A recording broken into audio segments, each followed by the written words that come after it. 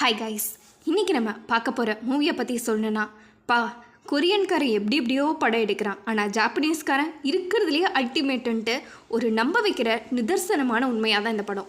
இந்த படம் பார்த்திங்கன்னா ரொம்ப அப்படியே பரபரப்பாலாம் போகாது, ஸ்லோவாக தான் போகும். But at the end of the movie Korean படத்தை பார்த்ததை விட 100% ஒரு சாட்டிஸ்ஃபேக்ஷன் இந்த ஜாப்பனீஸ் படத்தில். லவ், ஃப்ரெண்ட்ஷிப்னு எல்லாத்தையுமே சும்மா ஹைப்பர் ஆக்டிவாக காமிக்காமல் ரியாலிட்டியாக காமிச்சிருப்பாங்க. சரி வாங்க டைம் வேஸ்ட் பண்ணாமல் வீடியோக்குள்ளே போகலாம்.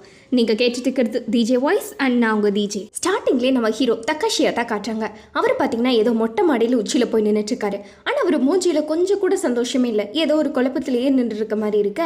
இங்கே பார்த்தீங்கன்னா திரும்பி ஏதோ ஒரு சவுண்டு கேட்குதுன்னு பார்க்குறாங்க. அங்கே நம்ம ஹீரோயின் சிவா உட்காந்துருக்காங்க. நம்ம ஹீரோயினை பார்த்தோன்னே இவருக்கு லவ் அட் ஃபர்ஸ்ட் சைட் மாதிரி பிடிச்சிருது.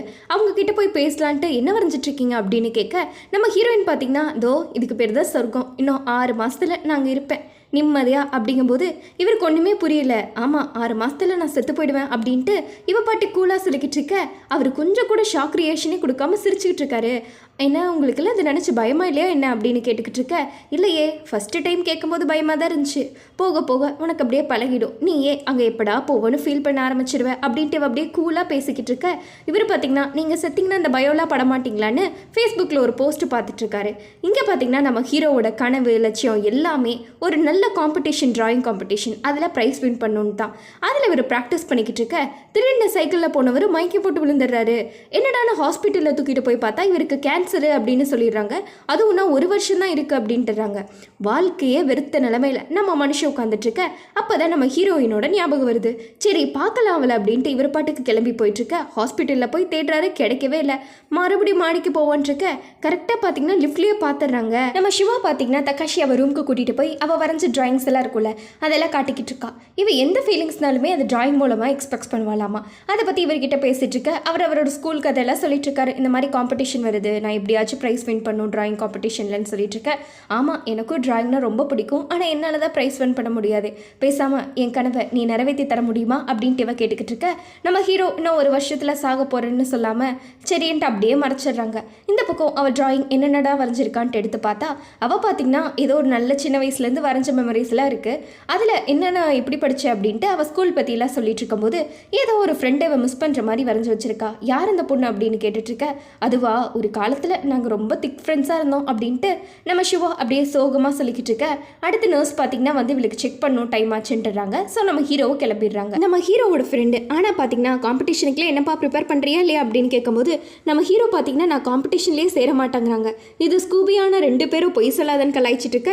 நம்ம ஹீரோ பார்த்தீங்கன்னா இந்த பூக்கடைக்கு வந்திருக்காங்க நம்ம ஹீரோயினுக்கு பொக்கே வாங்கலான்ட்டு. அதில் ஒவ்வொரு பூ பார்த்தீங்கன்னா ஒவ்வொரு மீனிங் இருக்கும் போல். அந்த பூக்காரமாக 5 பூவை எடுத்து கொடுக்க நம்ம ஹீரோ பார்த்தீங்கன்னா நம்ம ஹீரோயினுக்கு ஒரு பொக்கே மாதிரி குட்டி பொக்கேவாக எடுத்துகிட்டு வந்து கொடுக்குறாங்க. அப்போ தான் நம்ம ஹீரோ ஒரு விஷயத்தை நோட் பண்ணுறாங்க. நம்ம ஹீரோயின் அவளோட ஃபீலிங்ஸ் எல்லாம் டிராயிங்ஸாக தான் எக்ஸ்பிரஸ் பண்ணுவா. அவள் பீச் மாதிரி ஏதோ ஒன்று வரைஞ்சி வச்சிருக்கான்ட்டு. இவள் பூவை கொடுத்தோன்னே இவளுக்கு அவ்வளோ சந்தோஷம். ஏன்னா ஃபஸ்ட் டைம் ஒரு விசிட்டர் வராங்களே, காஃபி கொடுக்கலான்னு 2 பேர் போகும்போது கரெக்டாக ஹெட் நர்ஸ் வேறு வந்துடுறாங்க. இந்த மாதிரி நம்ம ஹீரோயினுக்கு ஸ்கேன் எடுக்க போகிற டைம் ஆகிடுச்சு அப்படின்ட்டு சொல்லிட்டு இருக்காங்க. இப்போ நான் அர்ஜென்ட்டாக அவளை கூட்டிகிட்டு போகணும், உங்களுக்கு எதுவும் பிரச்சனை இல்லைல்ல அப்படின்ட்டு கடைசியாக நம்ம ஹீரோ கிட்ட உன்னை சீக்கிரமாக வந்து பார்த்துட்டு போயிடுங்க அப்படிங்கிறாங்க. இந்த பக்கம் நம்ம ஹீரோவா அங்கே போய் அவங்க ஃப்ரெண்ட்ஸ் கிட்ட, நம்ம ஹீரோயினும் இவங்க ஸ்கூலில் தான் படிச்சிருப்பா.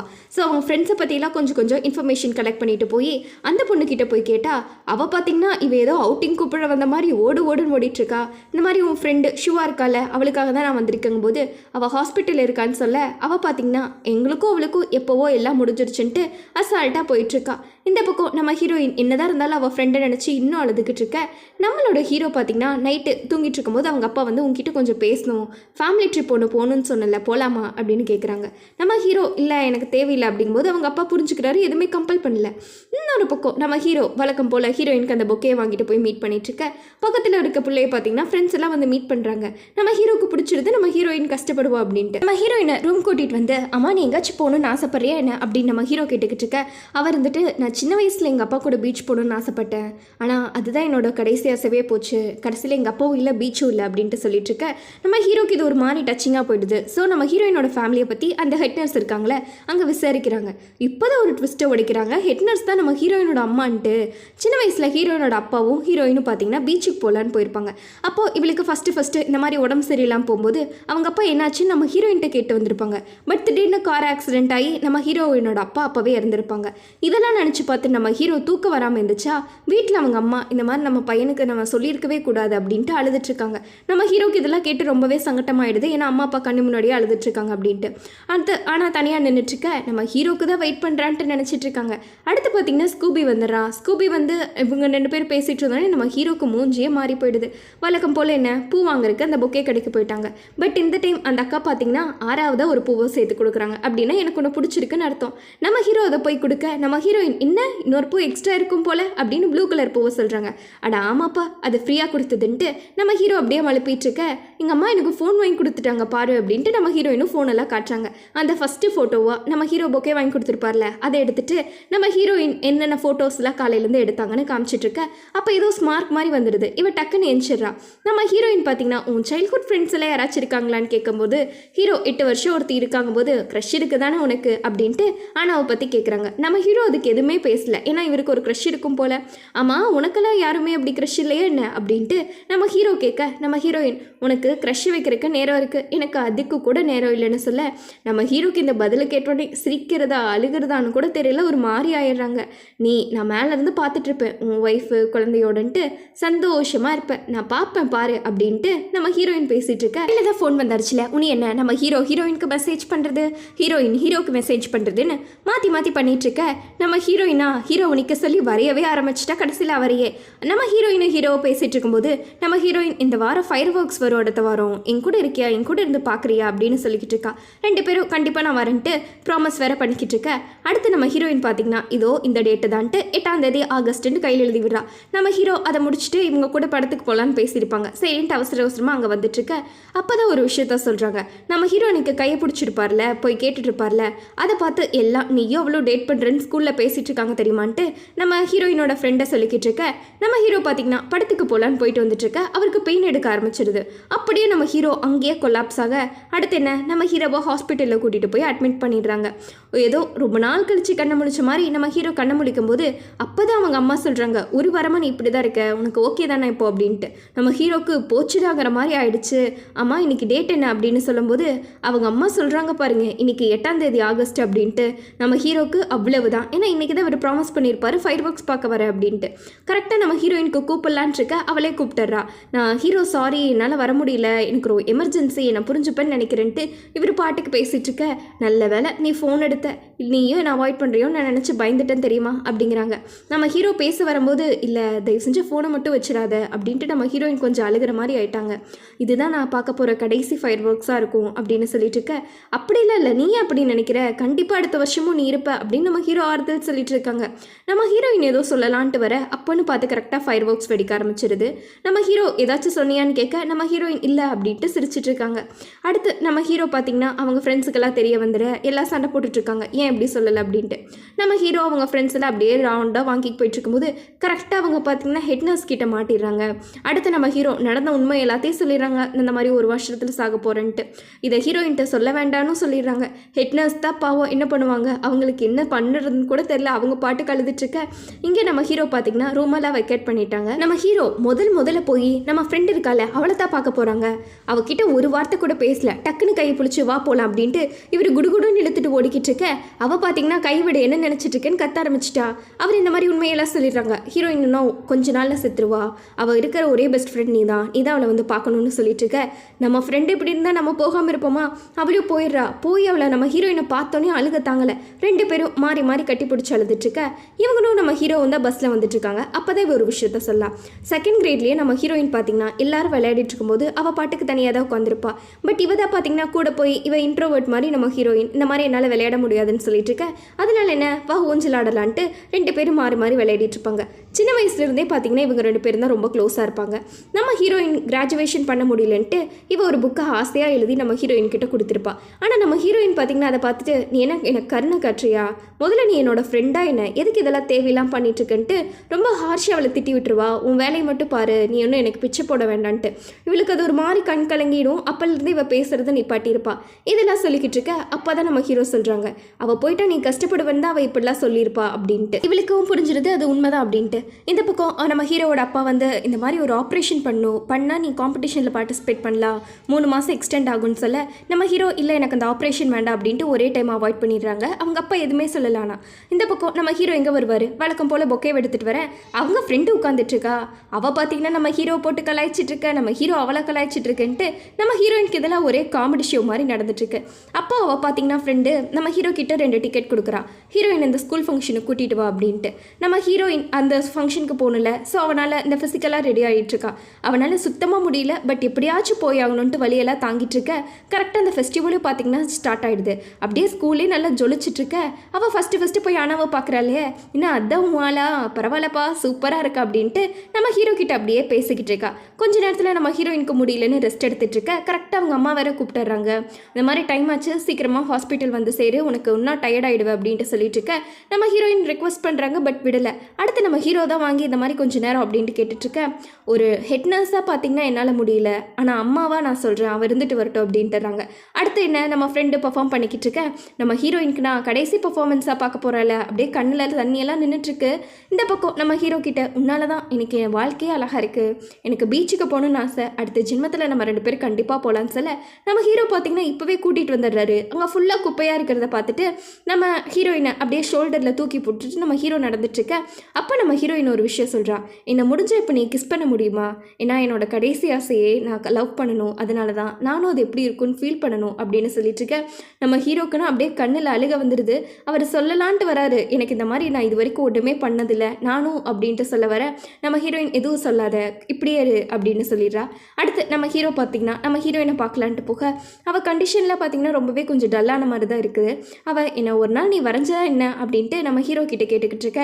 நம்ம ஹீரோ எப்படி முடியாதுன்னு சொல்லுவார், என்னை வரையறியா அப்படின்ட்டு ஒரே வார்த்தையாக கேட்டுட்ருக்க.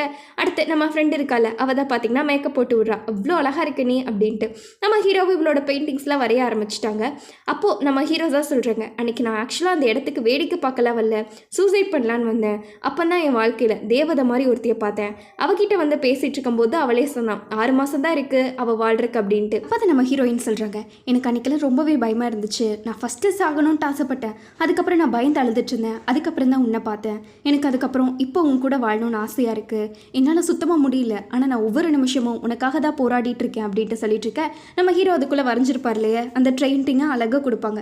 அப்போ நம்ம ஹீரோயின் நீ நிஜமாலுமே கிரேட் ஆர்டிஸ்ட் தானே சொல்ல நம்ம ஹீரோக்கு அந்த வார்த்தை எங்கேயோ ஓடிட்டுருக்கு. நேராக அவங்க அம்மா அப்பாட்ட போய் இந்த மாதிரி நான் ஆப்ரேஷன் பண்ணிக்கிறேன், தயவு செஞ்சு எனக்கு ஓகே மட்டும் சொல்கிறீங்களா அப்படின்ட்டு கேட்க அவங்க அப்பா எப்படா ஓகே சொல்லுவான்ட்டு தானே இருந்தாங்க.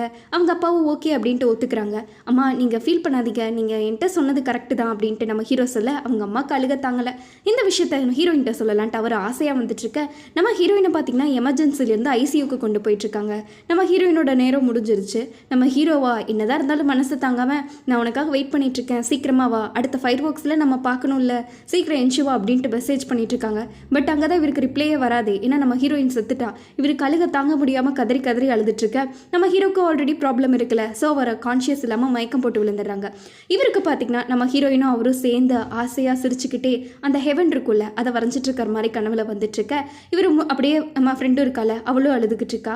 எல்லாமே முடிஞ்சிருச்சு. பட் நம்ம ஹீரோயினோட அம்மா ஒரு டைரியாட்ட இவர்கிட்ட கொடுக்க அவளும் பார்த்திங்கன்னா அதை எடுத்துகிட்டு கடைசியாக நம்ம ஹீரோயின் ரூமுக்கு போகிறாங்க.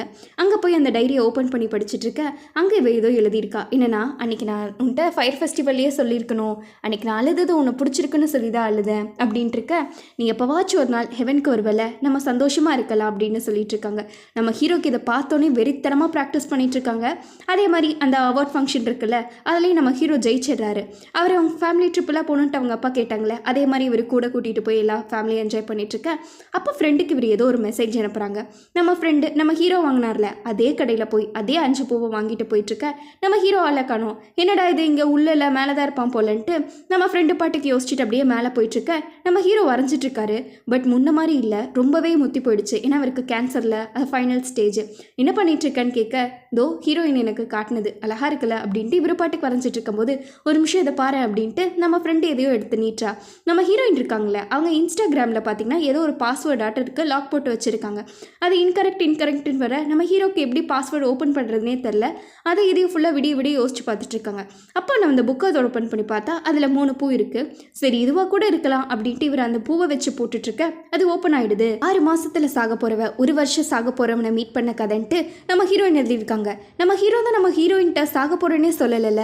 பட் நம்ம ஹீரோயின் பார்த்தீங்கன்னா ஃபஸ்ட்டு இருந்தே நம்ம ஹீரோவை தான் தேடிட்டு அந்த லிஃப்ட்டில் ட்ராவல் பண்ணிட்டு இருந்திருப்பாங்க. அப்போ யதார்த்தமாக ஹீரோ பார்க்க ஒவ்வொரு டைம் ரூம் வரும்போதில் நம்ம ஹீரோயின் எட்டி பார்த்துட்டு ஓடி போய் ஒளிஞ்சிருப்பாங்க. அப்போ ஒரு நாள் நம்ம ஹீரோயின் பார்த்தீங்கன்னா ஹீரோ ஹாஸ்பிட்டல் அட்மிட் ஆகிருக்கும்போது இந்த மாதிரி எல்லா உண்மையும் அவங்களுக்கு தெரிய வந்திருக்கும். நம்ம ஹீரோயினுக்கு இதை கேட்டு தாங்க முடியாது. பட் ஹீரோ கிட்ட அப்படி கேட்டாங்கன்னா இவங்களுக்கு நார்மலான ஸ்டேஜ் வராதுன்ட்டு தான் எல்லாத்தையும் மறைச்சிருப்பாங்க. நம்ம ஹீரோ எப்படியாச்சும் நல்லாயிடணுன்ட்டு தான் இவங்களும் கொஞ்சம் அப்படியே ட்ரை பண்ணி ஃபீல் பண்ணிட்டு இருந்திருப்பாங்க. இதெல்லாம் கேட்டோன்னே நம்ம ஹீரோக்கு அழுத தாங்க முடியல. அப்படியே கதறி கதறி எழுதிட்டு இருக்காங்க. அன்றைக்கி ஆக்சுவலாக எனக்கு உன்னை பிடிச்சிருக்குன்னு தான் நான் உன்கிட்ட சொல்ல வந்தேன், ஆனால் எனக்கு உண்மை என்னன்ட்டு இப்போ தெரியும் அப்படின்ட்டு நம்ம ஹீரோயின் அந்த பூவை பார்த்துக்கிட்டே அந்த 3 பூவை வரைஞ்சிருப்பாங்க. ஏன்னா 3 பூனா லவ் யூன்ட்டு மீனிங். நான் உன்னை பண்ணுறேன், நீ என்ன பண்ணுவேன்னு நினைக்கிறேன் அப்படின்னு நம்ம ஹீரோயின் சொல்லிக்கிட்டு இருக்க நம்ம ஹீரோக்கா இதுக்கு மேலே என்ன வேணுங்கிற மாதிரி அவர் அழுதுகிட்டே தூங்கிடுறாரு.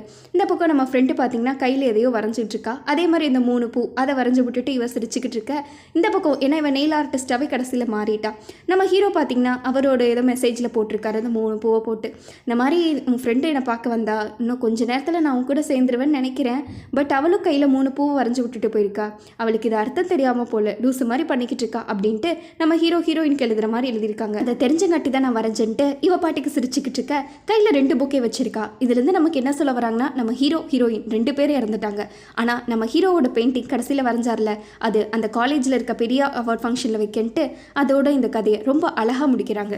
ஒரு படம் பார்க்கும்போது அழுக வருது நார்மல், பட் எடிட் பண்ணும் போது கூட இந்த படத்தை பார்த்து என்னால் அழுகையை கண்ட்ரோல் பண்ண முடியல. அவ்வளோ ஒரு சூப்பரான மூவி தான் இது. முடிஞ்சால் நீங்கள் மூவியவே ஸ்ட்ரைட்டாக போய் பாருங்கள். அடுத்து ஒரு சூப்பரான எபிசோடில் பார்ப்போம். படம் உங்களுக்கு கண்டிப்பாக நான் சொன்ன மாதிரி பிடிச்சிருக்குன்னு நம்புகிறேன். நல்லா இருந்துச்சா இல்லையான்னு மறக்காமல் கமெண்டில் சொல்லுங்கள். இந்த வீடியோ நல்லா இருக்குங்கிற ஒரே ரீசனுக்காக வச்சு லைக்கு ஷேர் எல்லாம் பண்ணிவிடுங்க. அடுத்து ஒரு சூப்பரான வீடியோவில் பார்ப்போம். பாய் ஸ்வீட்டீஸ்.